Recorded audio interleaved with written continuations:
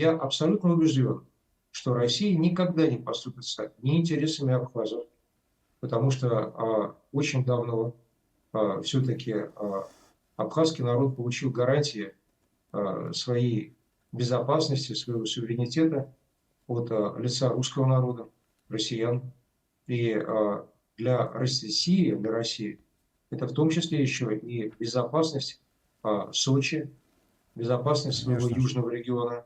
Фактически та политика, которую сейчас исповедует Грузия, не показывает мне окончательного отхода от блока НАТО и учета местных региональных интересов. Есть еще одна составляющая, очень серьезная для меня. Она волнует, насколько я знаю, и грузин, но волнует, это не значит, что есть какие-то шаги, которые показывали бы, что что-то здесь меняется. Мы видим усиление Турции, мы Да. видим усиление турецкого военного флота.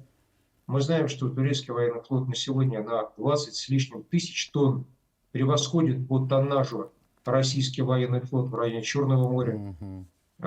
Турецкий военный флот – это 85 тысяч тонн водоизмещения, если собрать все вместе корабли. Мы знаем, что Турция строит корабли для украинской хунты, для Киева. Построен первое уже плавсредство, корабль. Это Гетман Иван Мазепа. Он сдан был украинской стороне, на нем поднят украинский флаг. Строятся еще 3 таких же корабля, той же самой серии, фрегаты, серия А, да, турецкая серия. И возникает вопрос тогда, как вот Абхазии думать насчет Черного моря?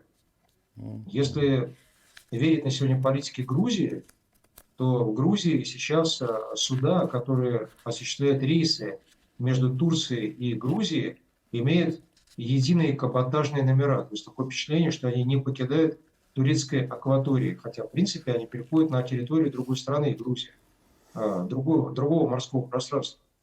А получается, что у них общие каботажные номера, как будто бы они осуществляют внутренние рейсы. Конечно, это только один из знаков, это как барометр, который показывает погоду, но это очень серьезный знак.